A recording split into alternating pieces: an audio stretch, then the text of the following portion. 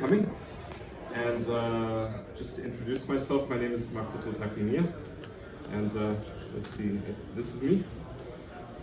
So I'm a naturalized Japanese citizen. That's why I don't maybe look Japanese, but I've lived in Japan for quite a while. It's also interesting that the PDF converter kind of changed some things here. This is very creative.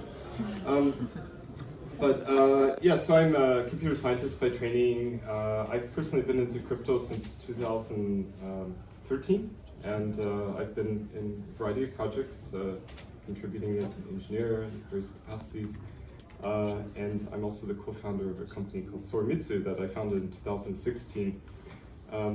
That is, we're a fintech company founded in Japan, and we have offices in many places now. We're around 150 people. And we specialize in blockchain technology, and we build many different platforms. Here's an example of a few things that I've worked on. So we make open source contributions to the Hyperledger Iroha blockchain, which is part of the Linux Foundation's Hyperledger Foundation.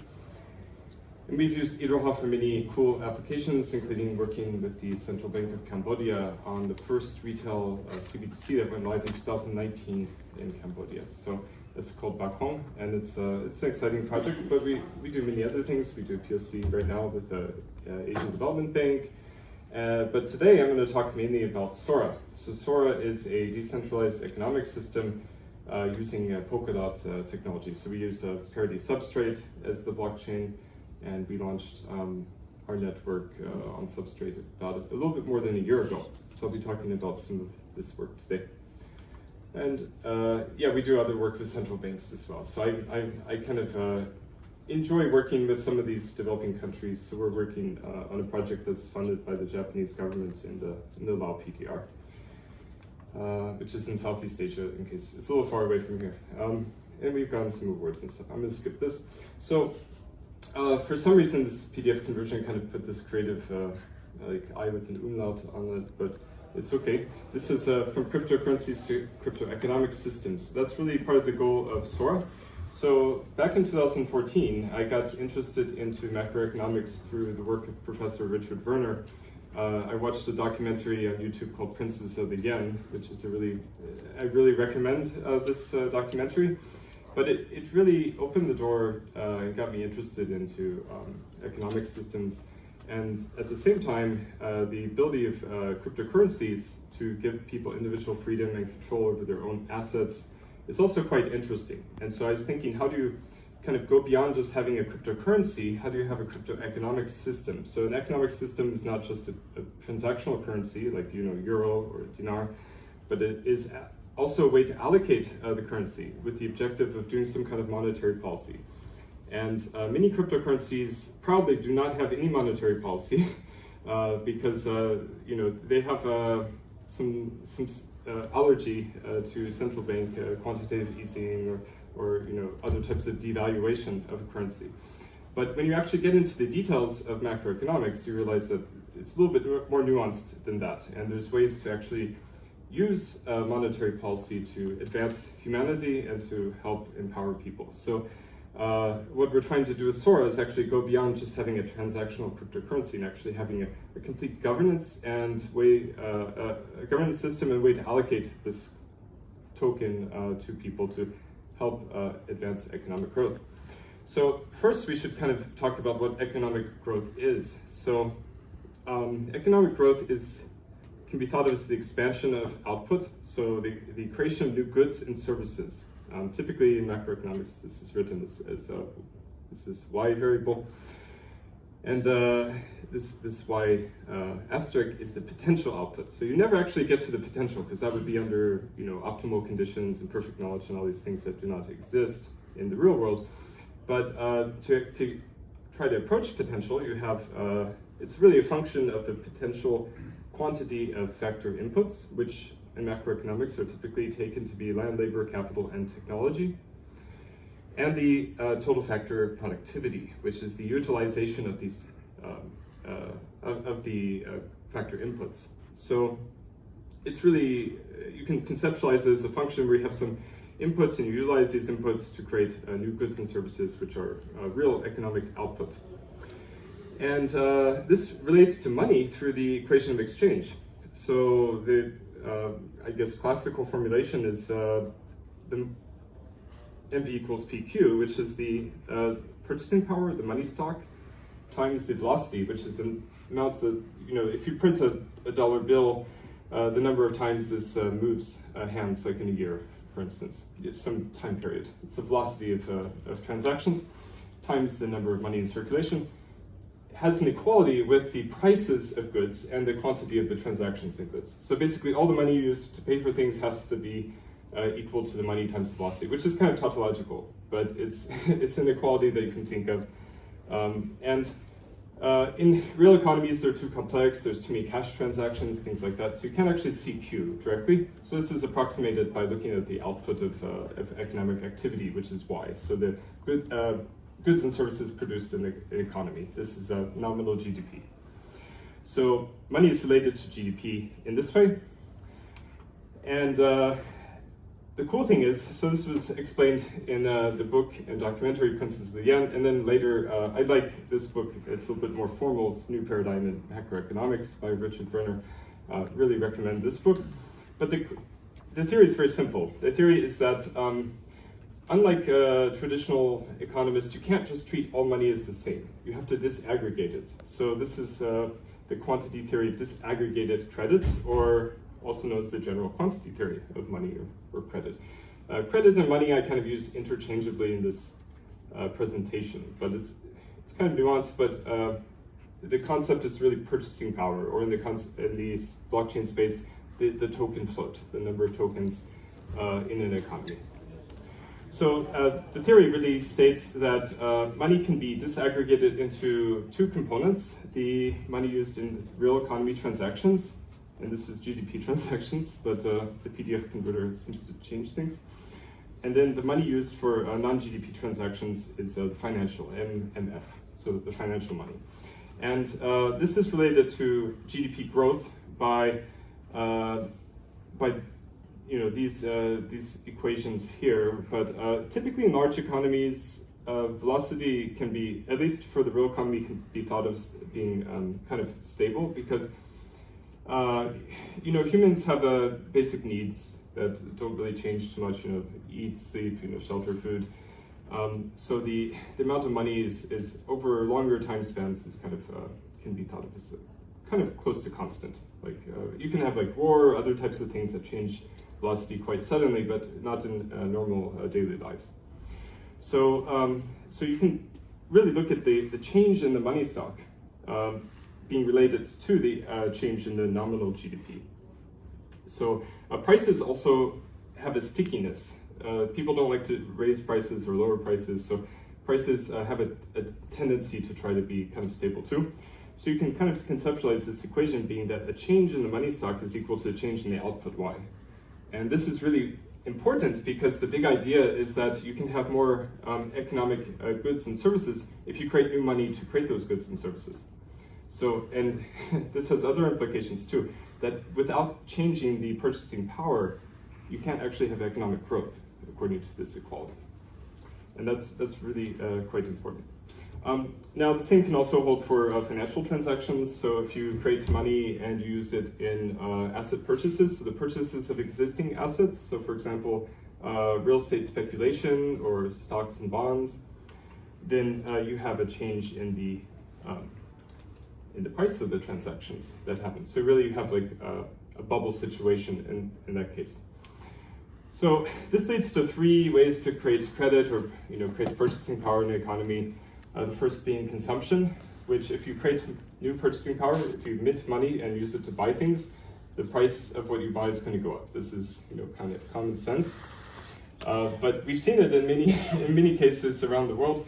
So especially in like real estate bubbles and things like that. So 2008, right? So minting, bank credit being used for real estate purchases on a large scale created unstable bubble situation, which is kind of obvious from these equations, but it was ignored by mainstream economic paradigm. You can also make mint money and use it for speculation. So this is similar to the first. where you speculate, let's say, on securities, things like that. So it's not really talked about too much, but last few years, maybe last decade, central banks have been basically expanding purchasing power, expanding credit to buy, different, stock indices.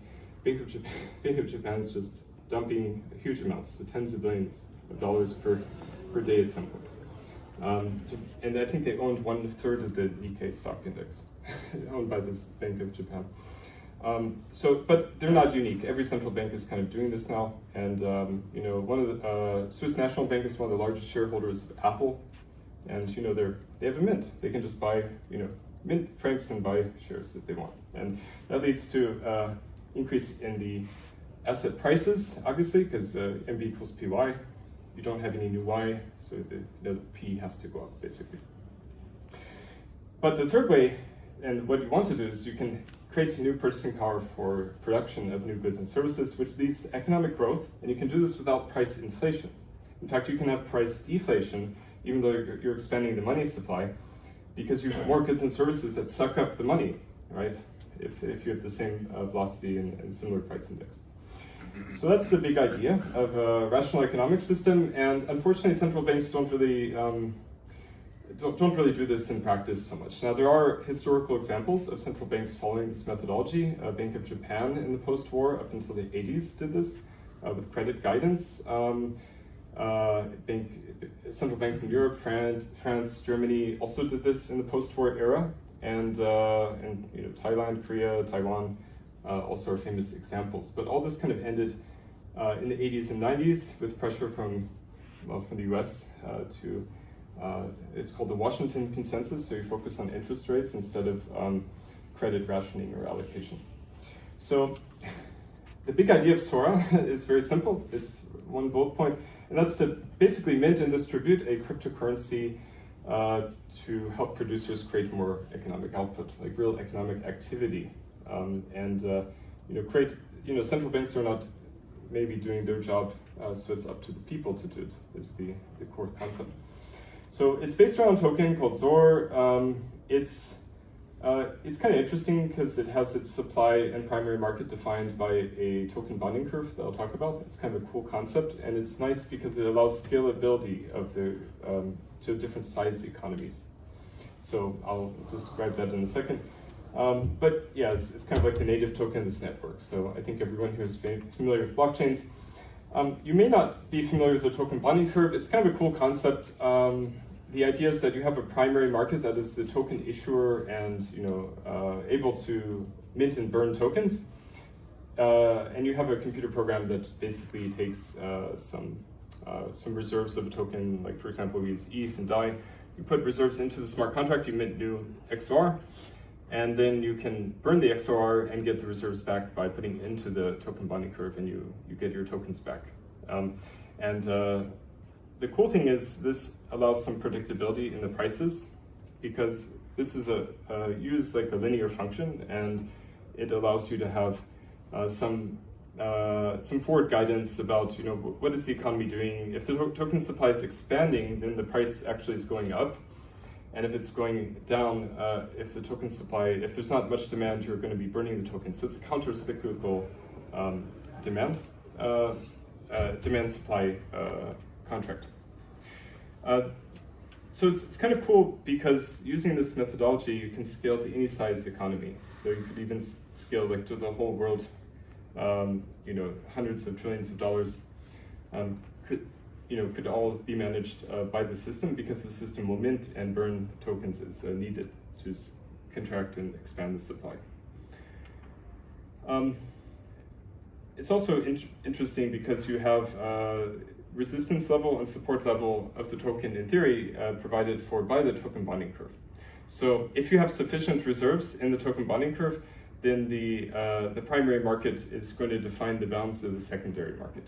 If you don't have sufficient reserves, then you don't have this. But if you have a large economy, then when you mint the new tokens, you would have it so that you're able to define everything within this bound. And this gives predictability. predictability is different from stability. So Zor is not a stable coin. It's not supposed to be a stable coin, but it's supposed to be a coin that at least has some predictability, because if you use it for real economic activity, you have to be able to have expectations about the future, at least in the short term.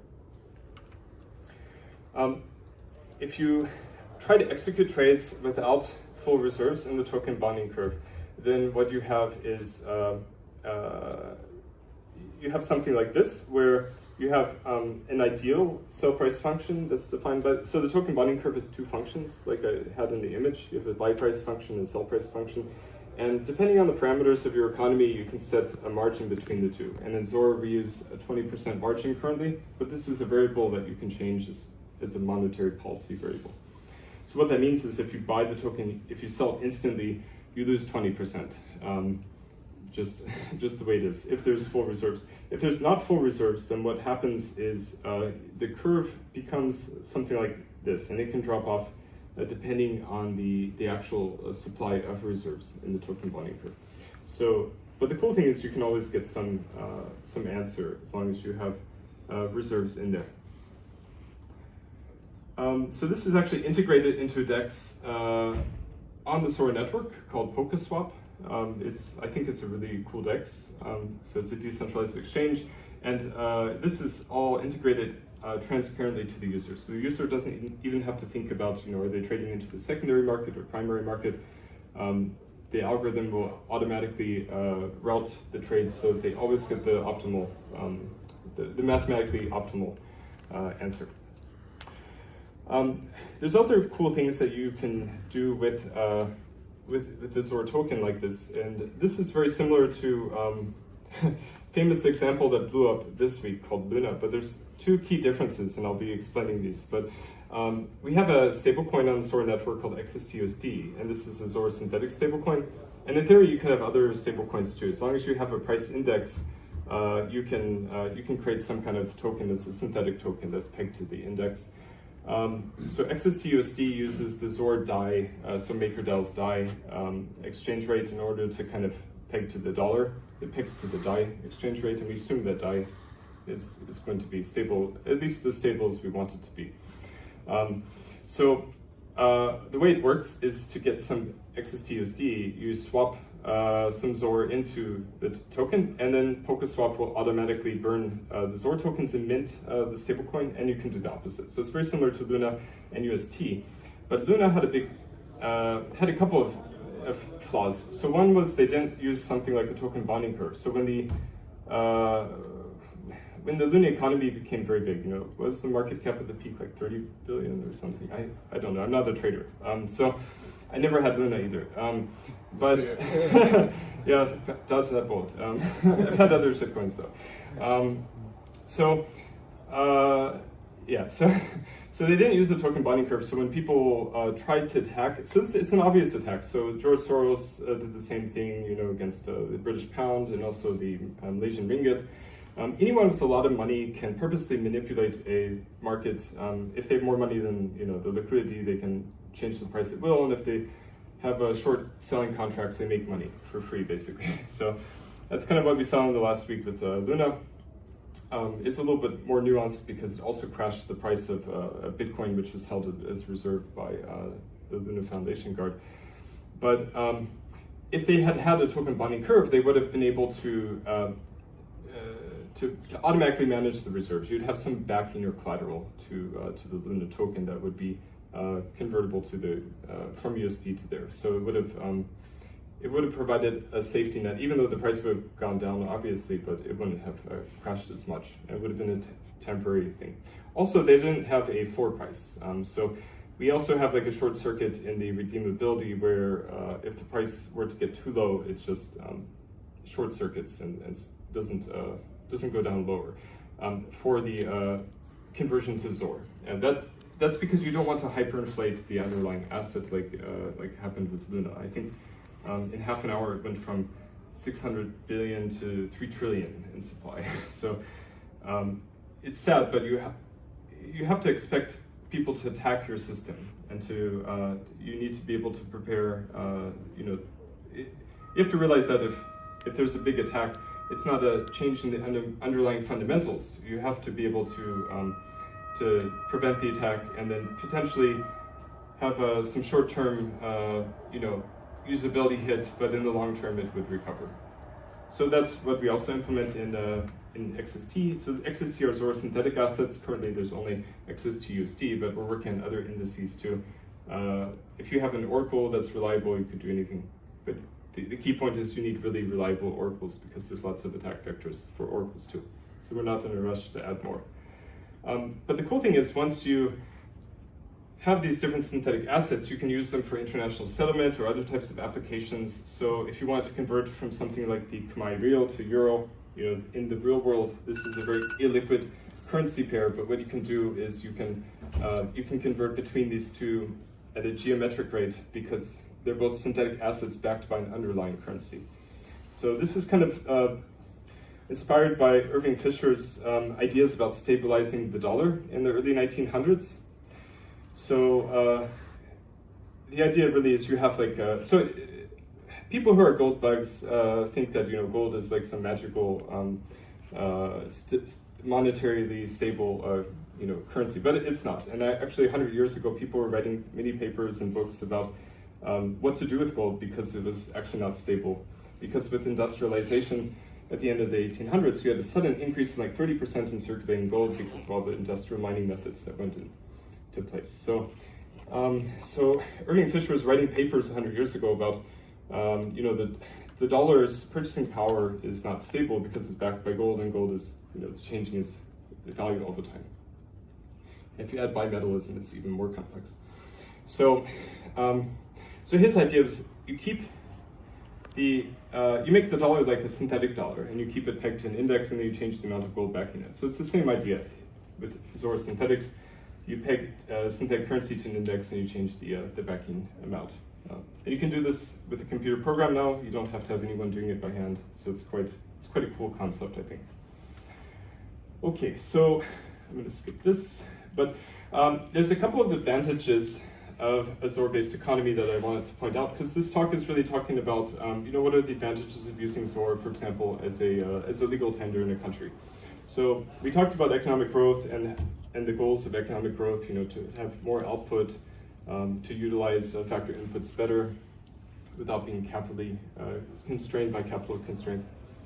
So Zora, again, is a supranational currency, so it's not owned by any single group. It's kind of a human commons that people can work together and collaborate on, politically neutral. And it's not a foreign currency to countries that would adopt it. So I have some comparison in the next slide with El Salvador, in 2 slides. So in El Salvador, it's legal tender, but it's a foreign currency. Bitcoin is a foreign currency with respect to El Salvador. But if El Salvador had taken Zora instead as a legal tender, the government of El Salvador could actually make governance proposals to get an allocation of Zora tokens to expand the monetary base for goods and services, for productive economic growth.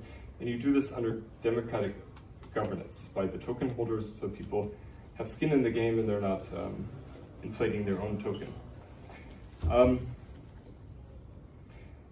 This is an important note to many countries too, that you don't need to, if you can remove capital constraints for producers by minting a currency, then you don't need to take investment from foreigners who basically or predatory hedge funds who just want to buy up your assets. I mentioned this briefly, but yeah, in El Salvador, of course, everyone knows Bitcoin is being used. But according to this equation of exchange, you can't actually have any economic growth if you use a foreign currency that you can't mint. You do have some spillover effects related to investment, but people investing in different things for speculation or other reasons. But these are kind of unpredictable, and they're kind of minor compared with the real power of creating and allocating money directly to producers. Also, Bitcoin is a foreign currency to the government of El Salvador. It's just like the US dollar. They can't mint dollars or Bitcoins, but dollar is more liquid and less volatile, so actually it's a step in the wrong direction, unfortunately. Now, here's an example. Since we're in Serbia, what would happen if Serbia used ZOR as a legal tender? So Serbia could use ZOR as a parallel currency to the dinar, and instead mandating one currency over the other, the market could decide what is the better system, and people could use both. But they could allow it for legal tender. By legal tender, it really means three things. So you can, one, repay debts using this currency. So contracts in the country would allow repayment in either currency. You could use it for buying goods and services. So legal tender status, typically, like in El Salvador, I think generally it's hard to refuse Bitcoin if someone really wanted to pay because it has legal tender status. And then finally, for taxes and government services, so you could use XOR. So that's what legal tender means. And this could help Serbia because instead of being capital constrained, they can actually get allocation of ZOR tokens to fund productive use that the token holders would agree on. So they make a proposal, people vote on the proposal, and they allocate tokens to producers. And this can help, if done in the right way, to expand the economic growth. Like imagine what would happen if Serbia had 10% GDP growth per year or something. That's possible if because there's quite a lot of good factor inputs in Serbia, and if they were utilized to full capacity, then you could have quite significant economic growth that's predictable and without consumer price inflation. Also, ZOR is a supranational currency, so it's not owned by any single stakeholder or country. It's kind of a human commons, because money is an allocation tool for resources, and so it shouldn't be owned by any single political entity, but it should be for the good of humanity. Also, ZOR is not debt-based, and that's a very key point. So when you take out a loan from the bank, you expand the purchasing power through bank credit, but you have to pay back plus extra, because banks are in a business, right, and you have to pay back the investors. And that's a huge drain on the economy.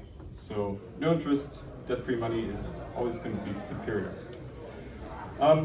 Some notes on foreign direct investments. So people always like to talk about FDI and expanding FDI. So there's a really cool paper that I encourage everyone to read from 2018 called "Does Foreign Direct Investment Generate Economic Growth? A New Empirical Approach Applied to Spain," where they studied the Spanish economy from 1984 to 2010, and they did very statistical testing on the real empirical data to find out what is the impact of foreign direct investment and other factors on Spain. And it was found that FDI does not boost economic growth. There are no positive correlations that were statistically meaningful between foreign direct investment in Spain and the economic growth in Spain.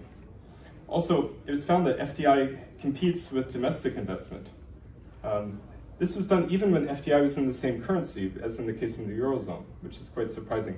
If it was a foreign currency, it's more obvious. So for example, here in Serbia, they use the dinar. If, let's say, some Americans want to invest $100 million, so they take $100 million, they send it, maybe as a loan, whatever, to Serbia.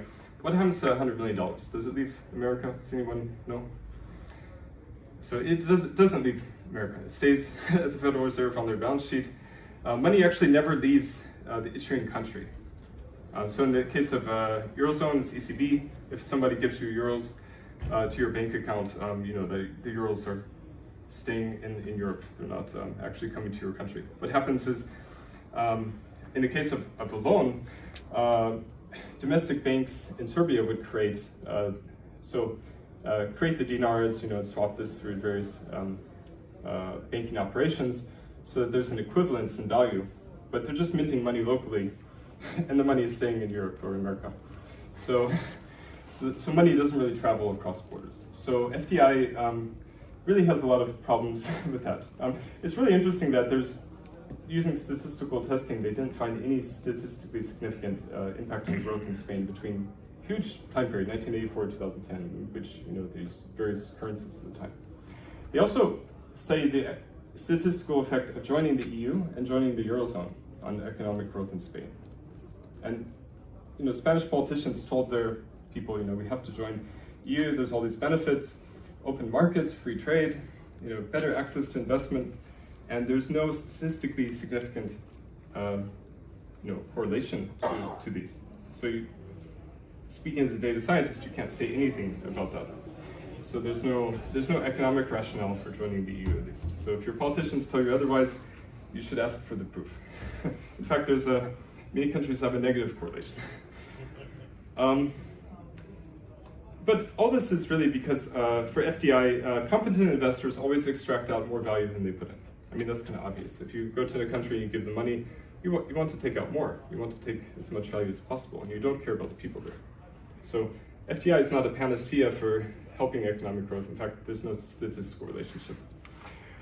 With that said, I wanted to point out two cool apps, two cool services on the Sora network. One of them, these guys in the blue shirt here, they're based here in Serbia. It's a team called Ceres.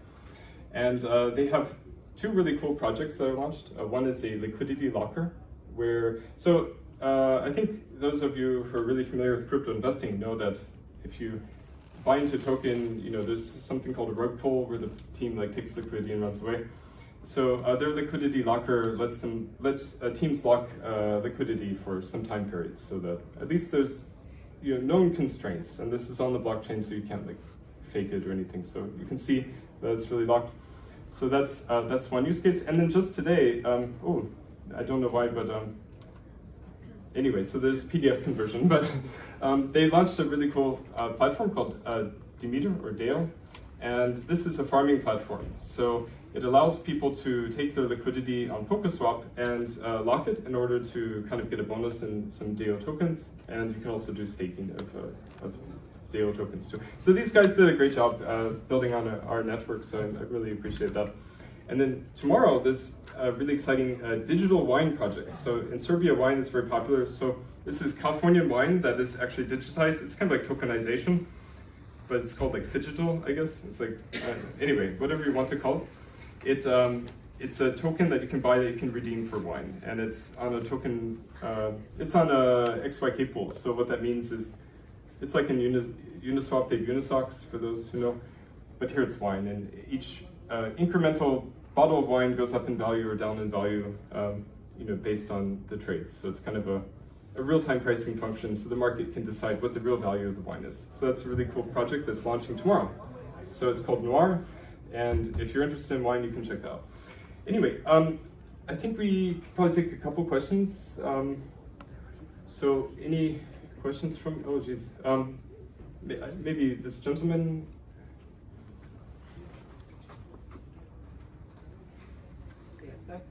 Thank you for the. Oh. No. Thank you for the extended presentation.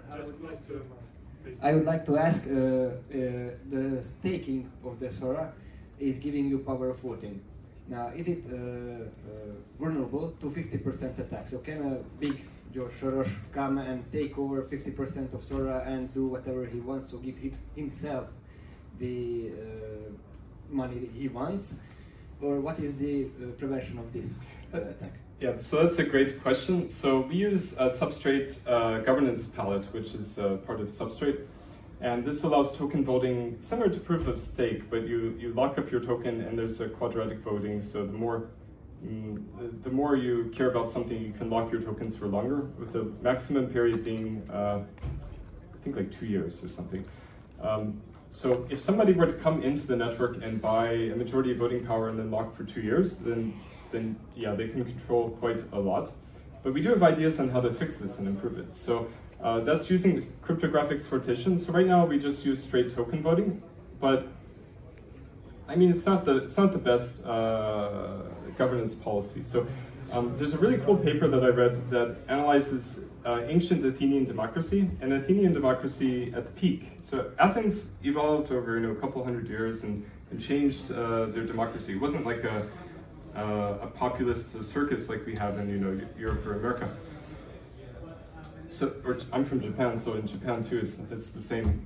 But instead, in Athens, they used cryptographic sortition. Well, not cryptographic, but they used the concept of sortition to randomly choose stakeholders to make decisions. So out of 300 people, the council of 300, you choose maybe 30 of the people randomly in order to make a decision on something. And this is this is good because it prevents factions like you have with political parties, and it also it hurts attempts to do manipulation or corruption because you can't know beforehand who is going to make the decision.